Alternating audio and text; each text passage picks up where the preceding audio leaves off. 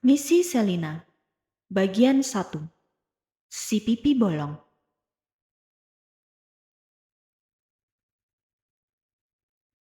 Saat bibir itu melengkungkan senyuman, maka ada dua lubang tercipta di sisi kiri dan kanan pipi seorang pemuda. Namanya Banyu Alir.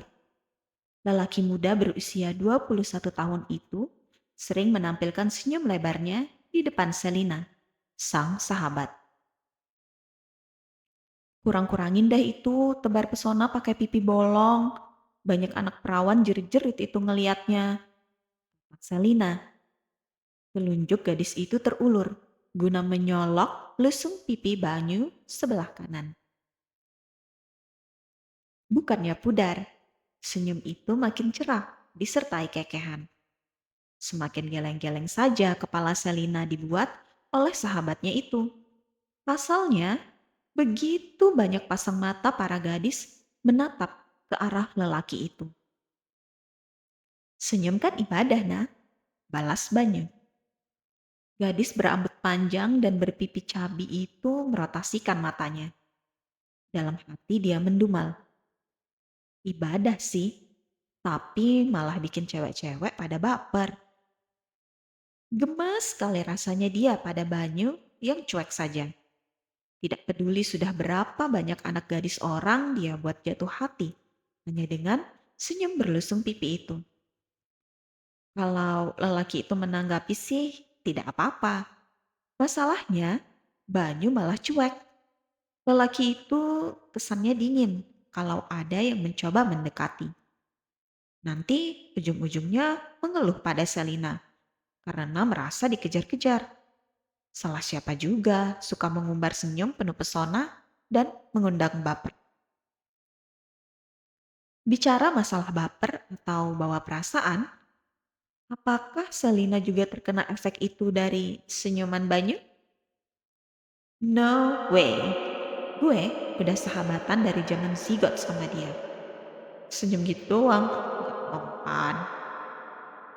Hati Selina seolah sudah punya benteng pertahanan. Perkara senyum Banyu sih biasa saja baginya. Hanya senyum ini. Entah kalau perihal lainnya yang ada pada diri Banyu. Selina punya pertahanan itu? Menurut lo, anak arsitektur yang sering nongkrong bareng Edo itu cakep nggak? Tiba-tiba Banyu bertanya. Seorang Banyu mempertanyakan tentang kadar cantik paras gadis lain adalah hal yang langka. Sungguh, Selina jadi tidak bisa berkata apa-apa. Selain terkejut, gadis itu merasa ada yang mengganjal di hatinya. Dia seperti tidak ikhlas mendengar sang sahabat mulai menunjukkan ketertarikannya pada lawan jenis. Apa sebetulnya Selina tanpa sadar telah jatuh dalam kolam baper? Enggak, gue enggak kaget. Gue terlalu biasa menghadapi Alir dalam mode cool ke cewek-cewek. Namanya perasaan. Siapa yang bisa menjamin? Selina mungkin sedang dalam fase denial. Akan sangat aneh jika Selina tidak terjerumus dalam perasaan lebih pada sang sahabat yang dari paras saja mendekati sempurna. Namun, sampai saat ini, Selina masih tampak biasa-biasa saja. Paling hanya mendumal dalam hati kalau dirasa ada yang aneh dengan sikapnya sendiri terhadap Banyu atau Alir. Biasa Selina memanggilnya. Selina tampak berdiri kokoh bagai batu. Dari luar, dia begitu keras. Tidak tahu saja kalau lama-lama terkikis oleh Banyu yang berperan bagai air menetes. Namanya perasaan. Sekarang mungkin Selina kuat menolak segala pesona sang sahabat. Tidak tahu ya nanti. Hal yang pasti, saat ini Selina berusaha menjaga hubungan persahabatannya dengan sangat baik. Pernah dia berandai kalau misal pacaran dengan Banyu. Sayang, dia terbayang hal yang tidak mengenakan. Jika hubungan itu berjalan mulus, ya tidak apa-apa. Jika tidak, hubungan canggung itu bukan hanya akan terjadi pada dirinya dan Banyu, tapi juga keluarga mereka. Orang tua Banyu dan Selina bersahabat sejak lama. Bahkan mereka berada dalam satu geng sejak SMA. Jadi bisa dibayangkan sedekat apa hubungan keluarga mereka. Kelas gue selesai jam 3. Lo mau nunggu apa langsung balik aja? Tanya Banyu.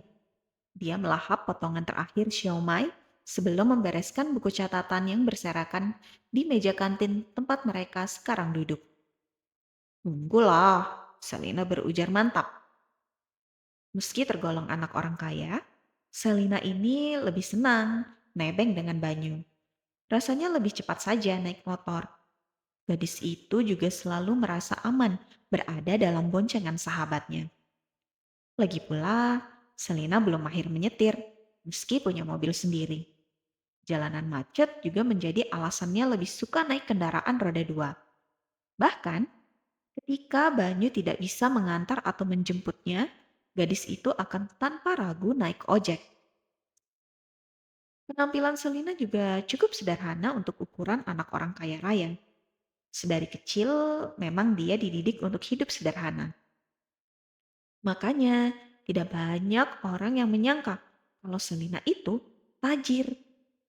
Dia terlalu biasa saja, tidak seperti kebanyakan anak kaya lainnya yang jelas memamerkan diri dengan segala pakaian bermerek dan tunggangan mewah. Oke, ntar lo hubungin aja di mana. Banyu beranjak. Dia menepuk kepala Selina sesaat sebelum berjalan menjauh. Selina dan Banyu itu ibarat amplop dan perangko. Mereka tidak terpisahkan. Banyu yang dingin dengan gadis lain selalu memperlakukan Selina berbeda. Lelaki itu jauh lebih hangat saat bersama sang sahabat. Makanya, tidak heran jika banyak yang menyangka mereka adalah sepasang kekasih. Namun anehnya, mereka tidak pernah tampak bergandengan tangan. Selina dibonceng saja pegangannya pada jaket atau ransel Banyu. Dari tampang, memang Banyu itu mendukung untuk menjadi playboy kelas kakap. Seandainya dia mau, dia bisa tinggal tunjuk gadis mana yang diinginkan untuk dia pacari.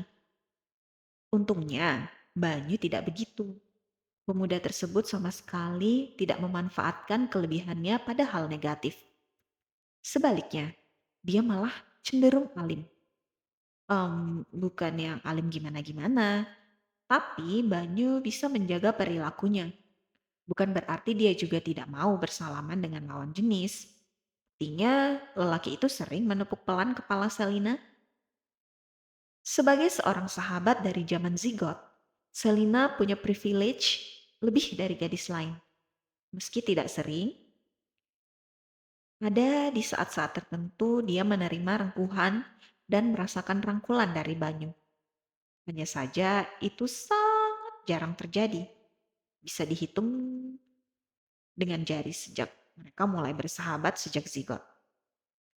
Oh ya, mohon jangan heran kenapa sejak zigot itu berulang. Maksudnya memang begitu. Mama Selina dan Ibu Banyu bersahabat lekat. Sebelum mereka lahir pun, tali persahabatan itu seolah telah mengikat mereka. Orang tua mereka sudah lebih dulu menyatakan kalau anak-anak mereka akan bersahabat baik seperti mereka juga. Oh ya, jangan harap ada percakapan tentang jodoh-jodohan. Tidak. Orang tua Selina maupun Banyu bukanlah karakter novel yang mengharuskan anak-anak mereka jadi jodoh. Itu sebabnya Selina dan Banyu bisa sangat nyaman dalam persahabatan ini. Alih-alih jodoh, Mama dan Ibu lebih menganggap mereka seperti anak-anak saudara sendiri. Waktu bergulir dengan cepat. Pukul 3 pun menyapa dan Selina dengan segera merapikan buku yang dibacanya untuk dikembalikan di meja dekat konter pustakawan. Iya, gadis itu beralih dari kantin menuju perpustakaan sesaat setelah Banyu pergi. Nah, itu panggilan dari Banyu.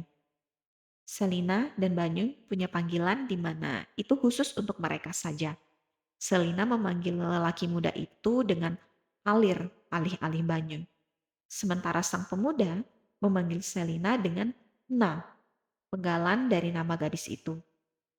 Biasanya orang lain memanggilnya dengan Sel atau Lin. Namun Banyu dulu berkata, Na adalah spesial untuknya. Kirain belum kelar, gadis itu menyamai langkahnya dengan Banyu. Mereka berjalan berdampingan menuju parkiran motor. Udah, dosennya agak buru-buru, katanya istrinya mau melahirkan, jelas Banyu. Oh, kepala Selina mengangguk. Tadi di kelas, Banyu itu menjeda. Dia tampak ragu untuk melanjutkan. Hanya saja, Selina sudah lebih dulu menunjukkan raut penasaran. Dia menunggu, melanjutkan kalimatnya. Tadi, itu, si Edo, ngasihin kontak temennya yang anak arsitektur ke gue. Senyumannya mengembang. Pipi lelaki itu kembali membentuk cekungan dalam. Entah kenapa Selina jadi kesal. Suasana hati gadis itu tiba-tiba terjun bebas dari puncak gunung tertinggi menuju dasar samudera terdalam. Menurut lo, gue coba aja kali ya kenalan sama dia. Hitung-hitung nambah temen gitu kan? Lanjut Banyu. Bibir Selina terkatup. Dia tidak ingin bicara maupun mengeluarkan pendapatnya. Gadis itu sungguh tidak rela melihat Banyu yang cukup bersemangat menyambut kehadiran gadis dari jurusan arsitektur itu. Ya kali gue cemburu. Sepertinya memang cemburu. Hanya saja Salina memang tidak bisa memastikan kecemburuannya ini karena apa. Rasa cemburu itu kan tidak hanya terjadi secara romansa. Bisa saja karena merasa tersaingi karena Banyu punya teman baru. Emang lo berani hubungin duluan? Tantang Selina. Kalau udah dihubungin, lo mau ngapain? Banyu terdiam. Dia berjalan sambil melirik ke arah Selina. Ya, gue ajak jadi teman. Nggak jadi pacar sekalian. Tatapan mata Selina tampak tajam. Enggak lah, lo kan tahu kalau gue itu nggak mau pacaran sebelum halal. Tegas Banyu. Keduanya tiba di parkiran. Banyu segera mengeluarkan Vespa Matic warna hitam kesayangannya dari barisan rapi motor-motor di sana. Kemudian menyerahkan satu helm kuning bercorak minion pada Selina. Itu helm Selina. Pegangannya nggak boleh lebay, ujar lelaki itu memperingatkan. Selina, yang sudah duduk di belakangnya, hanya mendengus sebal. Lama-lama dia bisa dengan sengaja memeluk Banyu dari belakang, sebab bosan diperingatkan terus. Gadis itu jelas paham dengan aturan berboncengan dengan Banyu. Lagi pula ransel besar lelaki itu membentengi punggungnya dengan Selina. Sebenarnya dulu Banyu lebih suka pakai tas lempang. Namun gadis itu pernah iseng memeluk punggung Banyu. Habis dia penasaran seperti apa sih rasanya merungkuh punggung lebar dan kokoh milik sang sahabat. Gara-gara ulah Selina itu, Banyu jadi mengganti tasnya dengan ransel. Punggung Banyu itu memang sangat pas untuk bersandar. Dari tempatnya duduk di boncengan, kokohnya punggung dan lebarnya bahu Banyu sangat menggoda untuk dipeluk oleh Selina. Alir, panggil Selina. Motor telah berjalan, menyusuri jalanan aspal yang kendaraannya cukup padat. Gadis itu mencondongkan tubuhnya, lalu wajahnya didekatkan ke bagian kiri kepala sang sahabat. Ya, seru pemuda itu. Angin sedikit meredam suara mereka. Lo tertarik sama cewek temennya Edo itu? Salina masih penasaran. Dia tidak habis pikir saja. Kenapa baru sekarang sahabatnya menunjukkan ketertarikan pada lawan jenis? Hah? Angin kencang, helm, dan suara mesin kendaraan yang memenuhi jalanan membuat pertanyaan Selina tenggelam begitu saja. Banyu sulit mendengarnya. Gak jadi, gumam gadis itu. Dia dongkol sendiri karena tidak bisa mengentaskan rasa penasarannya. Motor Banyu berbelok ke jalan kecil, kemudian menyusuri perkampungan padat yang merupakan jalan pintas menuju tempat tinggal Selina. Lajunya memelan seiring dengan banyak kendaraan dan lalu lalang orang di sana. Setelah itu, pemuda tersebut dengan lihai belok kiri, lalu ke kanan. Seolah di otaknya telah terpasang GPS. Dia hafal betul jalanan labirin itu. Sampai akhirnya jalan raya kembali menyapa mereka. Dua muda-mudi itu terjebak dalam diam. Bahkan sampai motor Banyu masuk ke dalam perumahan tempat keluarga Selina tinggal. Hening itu baru pecah di pos jaga jalan masuk perumahan. Ih, si bapak. Padahal kan kita udah sering bolak-balik lewat sini. Rumah saya di dalam sana, Pak. Ngapain sih cek lagi? Dumal Selina. Pasalnya, mereka sudah terlalu sering dicegat. Padahal security yang berjaga juga sama saja orangnya. Ini aturannya, Neng. Si Mas ini kan bukan warga sini. Mana naik motor pula, jelas security tersebut. Kening Banyu mengerut.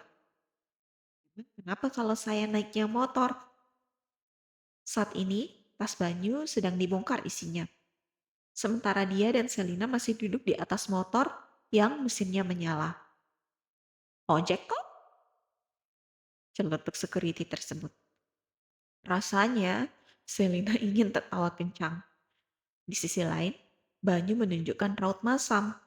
Baru kali ini ada yang menyangka dia adalah ojek. Kan lelaki itu tidak pakai rompi khusus seperti pengojek lainnya. Begitu lolos pemeriksaan, tawa Selina akhirnya pecah juga. Lo sekarang jadi tukang ojek langganan gue. Motor Banyu berhenti sempurna di depan gerbang tinggi sebuah rumah megah berlantai dua. Lelaki itu tidak menanggapi ejekan sang sahabat yang masih terpingkal. Makasih ya Bang Jack, kata gadis itu sambil menyeringai. Ongkosnya Neng, tangan Banyu menengadah. Kemudian pemuda itu terkekeh. Entah mengapa dia ikut senang saja melihat Selina tertawa sampai matanya hilang. Nih ongkosnya, ujar gadis itu. Dia membentuk tanda hati dengan menyatukan jempol dan telunjuknya. Banyu tertawa. Dia berakting seolah menerima bayaran itu dengan menempelkan jempol dan telunjuknya juga. Kemudian memasukkannya ke kantong jaket. Nah, panggil pemuda itu setelah tawa mereka mereda. Ya, soal yang tadi. Soal apa? Itu mau jadi temen Edo. Gue nggak yakin juga sih. Cuma nggak enak aja kalau nggak save balik kontaknya. Sumpah, bukan gue yang minta duluan kontaknya loh. Jelas lelaki itu. Respon Selina hanya melongo. Dia tidak meminta untuk dijelaskan sampai sebegininya. Sekarang, gadis itu jadi merasa seolah sedang diberi penjelasan oleh pacarnya. Selina, jangan baper. Suara dalam pikiran gadis itu menggema. Oh, ya udah. Tanggapan gadis itu singkat. Dia sendiri bingung harus bagaimana menanggapi laporan Banyu. Gue balik ya, pamit Banyu kemudian. Selina mengangguk. Makasih Bang Jack. Mendengar ejekan itu, Banyu kembali terkekeh. Dia mengangguk dan menjalankan motornya. Sementara Selina masih mematung di tempat. Atensi gadis itu terpaku pada punggung sang sahabat yang semakin jauh. Gemuruh di dada gadis itu kembali menyerang. Ia sampai memegang dadanya, sembari berperang batin. Gak, gak boleh baper, Selina. Dia cuma Alir, bukan Edo yang jelas super ganteng dan idola anak-anak kampus. Tapi Alir juga ganteng banget. Gak kalah sama Edo. Malah bonusnya kalau senyum punya lesung pipi. Enggak. Alir itu ada duanya. Enggak asik, dia punya duplikat. Begitulah berisiknya batin dan kepala Selina. Bahkan dia tidak sadar kalau sebuah mobil telah berhenti di depan gerbang sampai klaksonnya dibunyikan. Ngapain bengong di situ? Kesambet loh kak. Seorang pemuda dengan raut wajah julid melongokkan kepalanya dari jendela mobil. Selina menatap sekilas saja. Setelah itu dia melengos, masuk ke dalam halaman rumah lewat pagar kecil yang memang diperuntukkan untuk dilewati tubuh manusia saja. Woi, Kak, bukain gerbangnya sekalian. Pemuda itu berseru kencang. Namun, Selina menulikan telinganya. Oh, nanti ada Pak Kipli, security rumah mereka, yang akan membukakan gerbang untuk pemuda bernama Juna itu.